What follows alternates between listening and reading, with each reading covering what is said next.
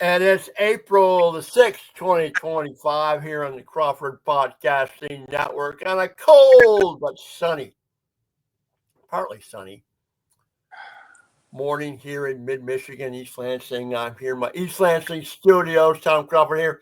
Carrie Keyton's over on the east side, the sweet side of Lansing, the former Quaker standout Michigan State Spartan. My brother, how you doing, Carrie? You a little blurry-eyed from watching all that Final Four stuff last night? It was late watching Late!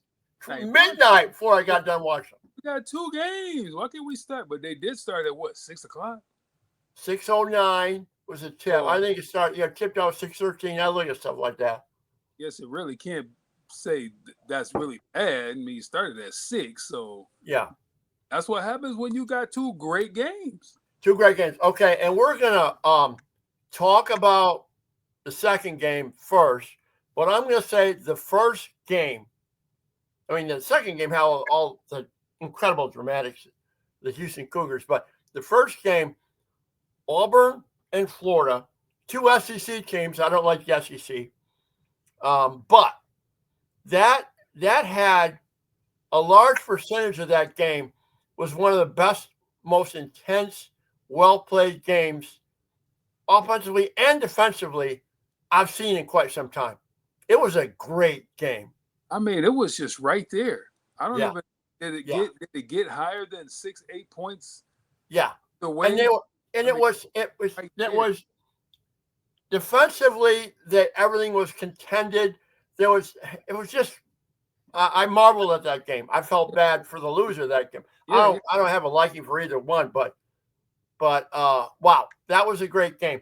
But so the second game, Carrie, you know me, I get sleepy at night. Okay, so and I like the Houston Cougars. I used to cover Houston in my early career.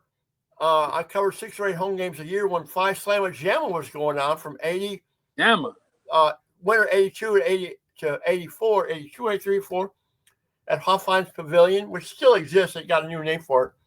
And that was fun. Clyde Drexler and Akeem Olajuwon and Larry Mishaw, Mr. Mean, and oh my God, it was Alvin Franklin. It was great. Okay. Franklin. So I wanted Houston to win, but I was about ready to give up on him. I was starting to doze a little bit. It was like 14 points. I mean, Duke was, I can't stand Duke. I mean, nobody likes Duke. Nobody likes Duke. I marvel at them, but they're good. But so I almost checked out of the game, and then I told myself, I'm going to wait for the under 8 timeout. I'm going to wait for the under 8, and I think Houston cut it to 10 at the under 8. And I go, maybe I'll wait for the under 4 timeout. All of a sudden, I was bracket creeping myself through this game. What an incredible ending. It gets to the point where you have to tell yourself, like, well, I've stuck it out this long. Yeah.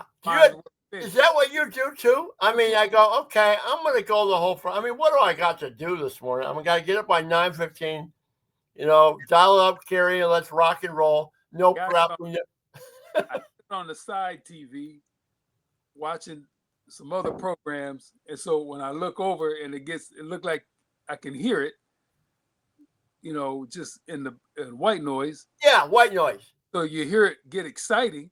Yeah. So click it on the big TV. Yeah. Like, hey, what's going on? Yeah. See doing what?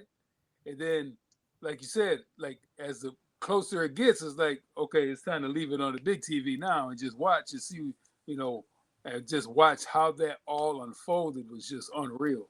Yeah. Now, the only thing I didn't like, there was kind of a questionable call on Cooper flag that forced that free throws, and the kid hit 2 free throw clutch. Okay, I understand that, but there's bad calls throughout the entire game. However, over the back. Yeah. However, what they should have more problem with is the fact that your starting point guard shoots 62% from the line. That's your bigger problem. That's a bigger problem. And it threw up I posted, threw up a Shaq like a free shot. Yeah. At the end of the game, what do you got to do? You got to make your free shots. Yeah. Yeah. Make free shots. Yeah. Yeah. They're free. There's a reason they call it free. So So anyway, the last 10 and a half minutes, Duke scores one basket. Now, they One get bucket. free throws, but One one bucket. basket.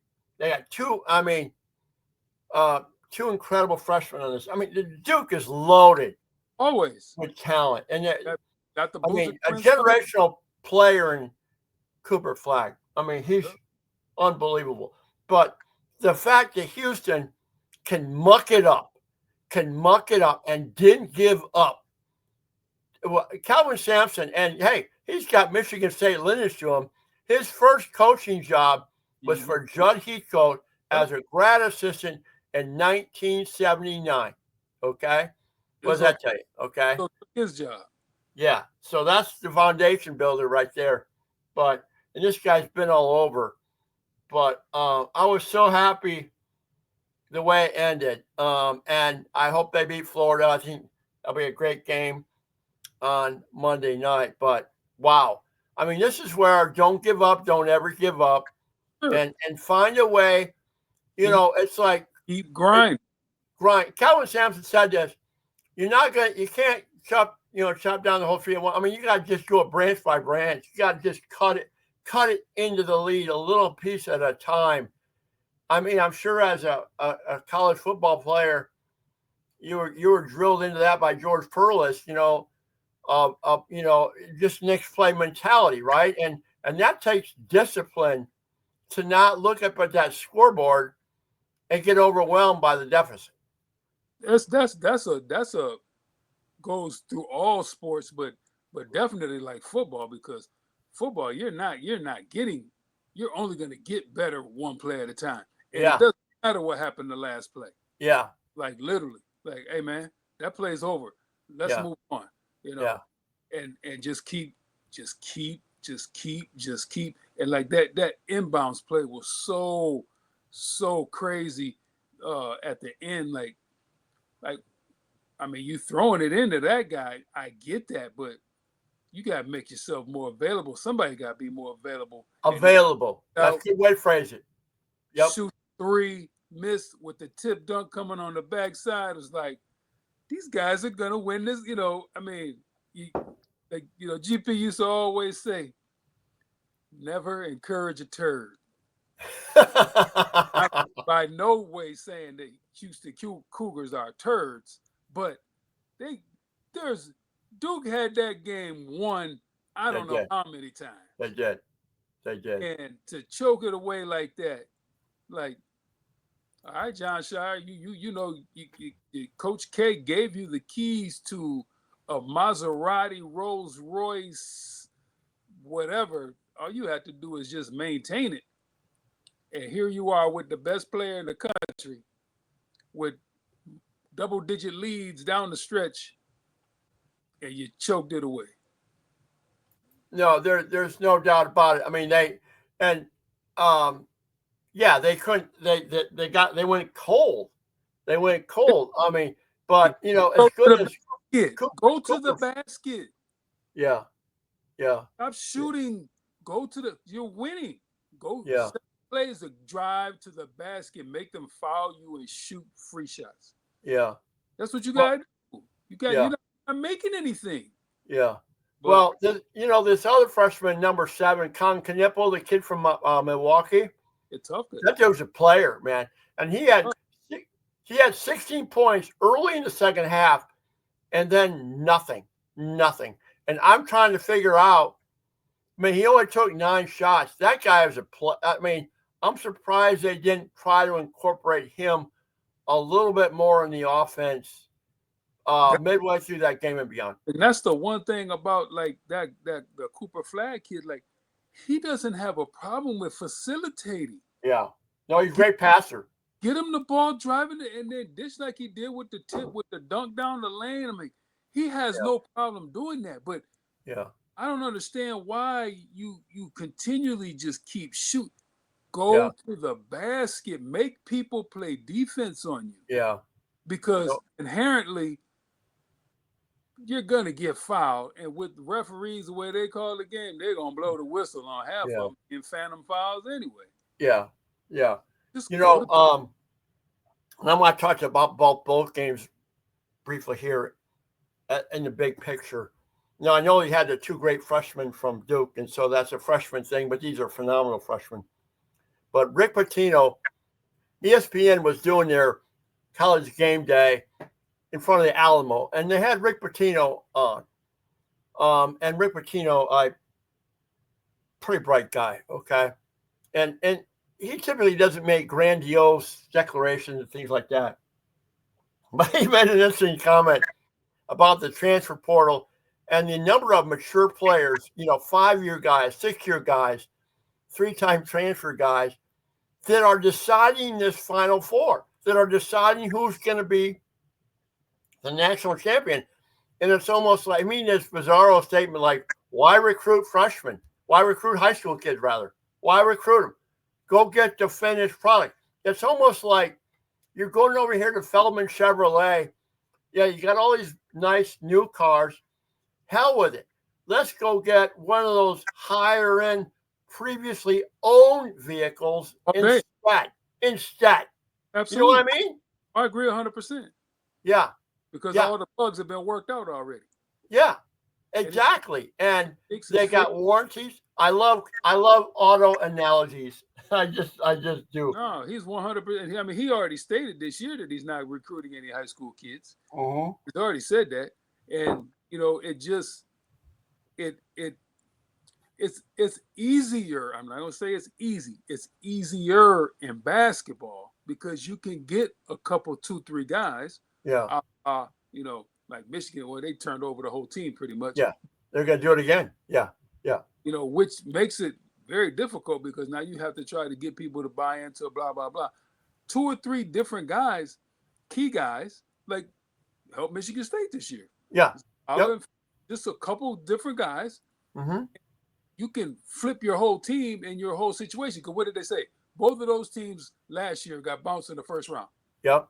Here they are playing for the national championship. No, there's a lot of this Janai Broom from Auburn, who took care of both Michigan and Michigan State, and he had a good game and he played a lot of hurt. But Janai Broom started out at Morehead State, and now he's in the So what's going to happen, Kerry?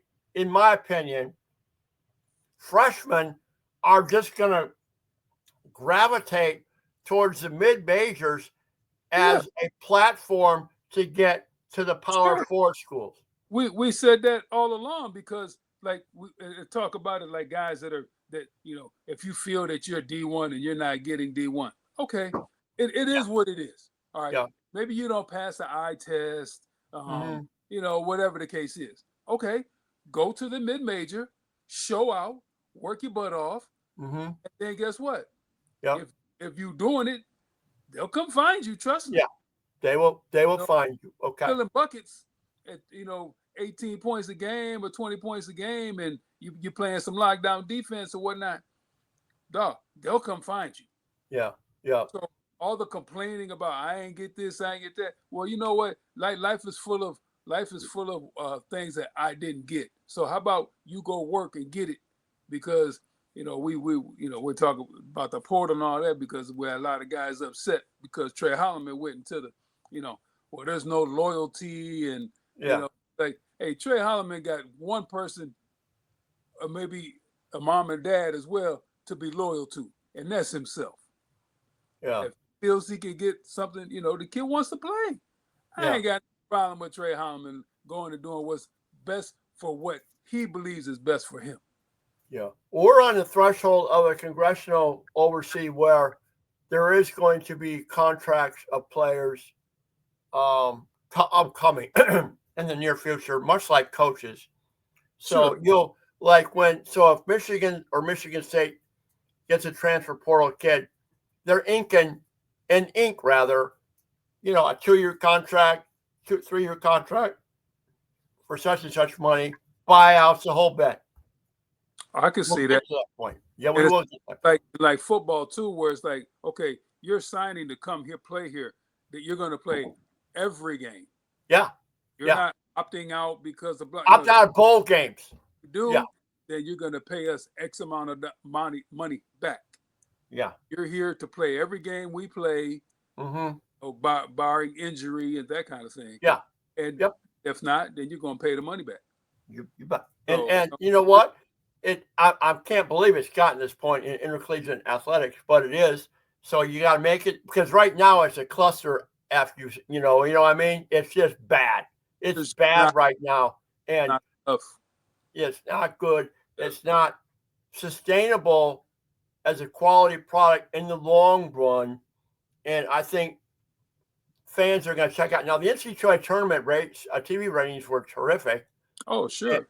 And I'm telling you where there's going to be a pull away of a video clip from yesterday's semifinal, Florida and Auburn, that it's going to be on One Shiny Moment.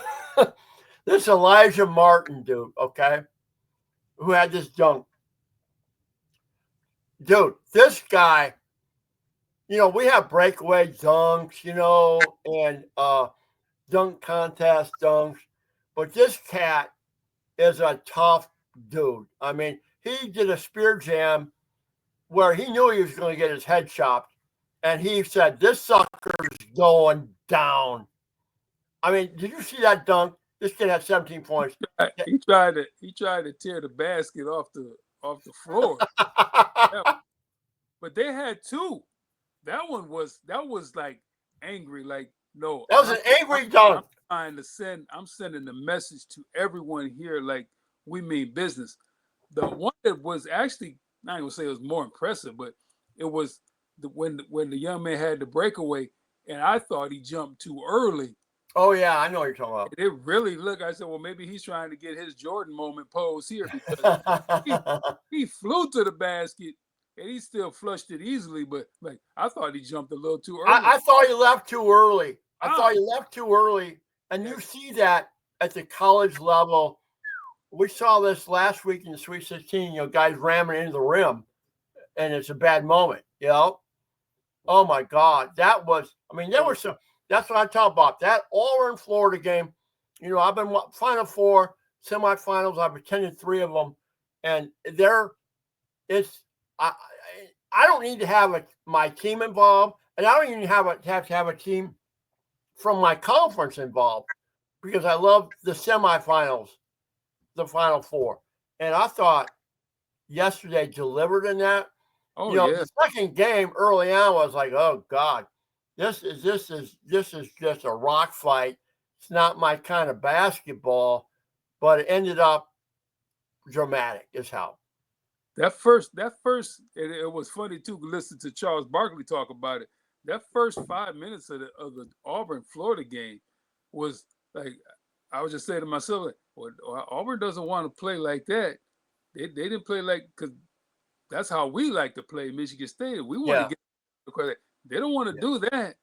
Yeah. Because Florida got guys that can get buckets like whenever they want. They don't want to play that game. They better slow this down. They might get blown out of here.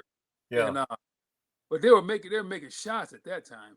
Yeah. And then, just like you said, become a rock fight. Then it was just Yeah, last time we talked, was a week ago this morning, Sunday morning. Michigan State was still to play Auburn. And I'm saying this from from my non-Michigan State perspective, I thought there was no shame in that loss Michigan State had. Auburn's really, really good. And Auburn blossomed like a flower after Michigan and Auburn played so bad the first 2/3 of that game on Friday night. Auburn just raised their game, and Auburn played very well against Michigan State. Trey Holloman was like 1 for 10, whatever. 0 for 10. 0 for 10. Yeah, whatever. He had 2 points, but my point is, you have to have everything come together to beat a quality team like that. Yeah. And they had some, things that fell apart for them. But a great season for Michigan State. I'll say it, a great season for Michigan. No shame. Elite 8 for Michigan State. Sweet 16 for Michigan, and they'll be good for years to come under Izzo and Dusty May, in my opinion. The only thing that scares me about Michigan is like you said, they're flipping that whole team again. Like, how do you? I mean, they're losing those big guys, and if that number one doesn't go pro, then, in my opinion, he's not a very smart kid, and he can't be not a smart kid and you went to Ivy League school, because his not going to get any better right now than it is right now. Well, I mean, he's project. No, I think he'll go to the NBA. This game is for the NBA. 7 foot with a handle and shoot. I don't think he's super athletic. I mean, I think he's a niche player. They don't play no defense in the NBA anyway. Luka Doncic doesn't play a lick of defense. Not one bit. And you know what? He don't play defense, and now he sucks offensively. I mean, he's been bad, but he's making a lot of money. And bunch of money. Yeah. More money than Carrier ever see. That's for sure. So yeah. So anyway, we'll watch the game Monday night. Who do you want to win? I'll just throw out my anti-SEC. I get so tired of SEC arrogance, and I had an involvement with the University of Houston basketball program many years ago when I lived down there covering them. But so I want the Cougars. Who do you want to win on Monday night? Yeah, I would like to see Kelvin Sampson win. Yeah. Good for him. And I like the way his team plays. They're a blue collar team. They are. Like the kid that he's 65% at the line. He goes and bangs down 2 to take the lead. Did you hear that story? Did you hear that story that they were making him shoot 150 free throws in practice? That takes time. Hey, paid off. I mean, 150 free throws. I mean, that's like an hour and a half worth of work. Hey, here, put it like this. He stepped to the line and knocked him down. The point guard from Duke stepped to the line and broke the basket. Yeah. And then he went down and said, I'm going to guard the best player in the country, and I'm going to do my best to make – and he played the defense and he missed the shot. Yeah. Yeah. Well, this Thomas Howell from Florida was clanking some free throws to close that game. I mean, it was like breaking the glass. I mean, but they was getting them offensive rebounds. Yeah, I know, and kudos to Florida, and he's a great player, and he had a big shot. I'm just saying, under those circumstances, all that pressure.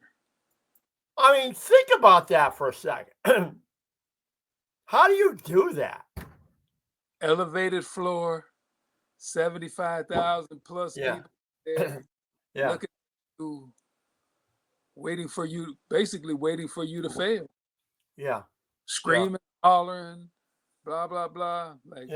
I had one time I had a long interview with a former guard at Michigan, and their Final Four team is the last one, 18, Muhammad Ali Abdul Rahman. And his dad was a coach in high school. And he had a couple big free throws during the season, including against Maryland, I'll never forget. He had hit a one-on-one to win the game with hardly any time remaining. And his dad basically psychologically trained him that there's to block out everything. There's no noise. You're in a vacuum. You're in a vacuum like you're in a library reading a book or something, and everything else, you desensitize yourself. I mean, it's just like you're focused on the rim, your mechanics, and everything is silent. And I don't know how one does that. That's the Earl Woods teachings. Yeah. Yes. That's exactly what that is. You got to all out your mind. Yeah. Focus on what you need to focus on, what, like you said, what you've done thousands of times, just like in practice, mechanic, putting your hand in the cookie jar, right, over the rim. It doesn't guarantee success, but it guarantees you the best opportunity, because that's the thing you've been doing over and over. The muscle memory does it for you. And this is what was different about Duke, which is this, finished product program. The inbounds pass with short arms. It's like the dribbling off the leg bit, which is so un-Duke-like. I mean, Duke typically makes 4 or 5 turnovers max a game. And it shows you we're still vulnerable, and it shows you it's still 18 to 22-year-old kids, Gary. You're still human. You still in the pressure to perform at that level. And that's what goes back to, again, everybody will dog out Izzo, and he only won 1 championship in 25 years. Well, like I said, last time I checked, all these great Big Ten teams in the last 25 years, one that's won. So to win a darn game, as we talked about hundreds of times, just to win a game, how hard it is. It's how hard. And now you got to win 6 of them against the best of the best in the country. Like, okay. And again, every time, almost besides the Butler game, pretty much every team that Michigan State has faced when they make to Final Four, like damn NBA teams. Like they typically win it. I mean, Michigan State typically ends up losing to the national champion. Yeah. And Michigan did that. Obviously, they lost in the title game in 13 and 18, and there's been some others. But yeah, I mean, it's hard. You're a great point. And there's so much pressure. And every layer you go deeper, you're playing a team that's potentially twice as good as the one you played before. I mean, that's just the way it is. And the way everything went almost chalk this year, man. Oh my God. The studs, the best of the best. I mean, there's a reason why they were number 1 seeds. Like just look at these guys when they walk out on the court. Like there's nothing normal about that. No, there's nothing normal. These are extraordinary athletes. I marvel at them. I'll tell you what, great job, Coach Keyton, here on the Crawford Podcasting Network. Coach Keyton and Crawford. Go out to our YouTube channel, Tom's Take Community.